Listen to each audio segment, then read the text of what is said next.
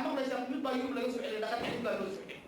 Soomaalidu taariikhdu waa curad iyo gud mid baa uu sameynaya taariikh gud ee maanta Soomaaliya ka dhaxaysa waxyaalaha dhacaya ee Soomaaliya ka dhaxaya ma aha sheeko curada ma aha sheeko qof Soomaaliya ee dhalinyaro ah ee Ilaahay caqli siiyay ee cilmi siiyay inuu qof walaalkiisa duulaan ku yahay ee muslima ee shahaadada ummadda Soomaaliyeed ee mujtamaca sababtoo ah Soomaaliya waa beelbeel waa reer nin walba way sharay walba guriga ka soo toos anigu oday baan bees aan odaga u ahay waa la xisaabtami karaa inta ay guriga magaalada ka dhigay haddii uu la isku sheegayo oo waxaan dhihi karaa waxaan rabaa inta oo dad abaa rabaa inta gurigiina ku nool inta soo gasha inta timaada inta ku nool inta ku soo kordha inta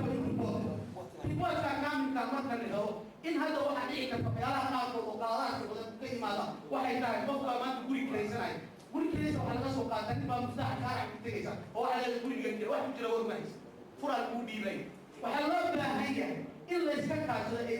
lahaado daafac cilmiyan inay ahaato waxaa daa aqoon lagu shaqayna ee lagu shaqeeya in jeclaysina faa'iido male waa in aqoontii caqliga ku shaqeeya ee dadka fasal mahda dikri kuntum laa taclamuun dadka caqligaa oo cilmigaa u leh way joogaan akaadimiin baa jooga dad horey u yiqiinay baa jooga in la raadiyo oo la sameeyo degmo walba iyo magaalo walbana in loo sameeyo tirakoob loo sameeyo tirakoobkaasna uu qof walba meesha ku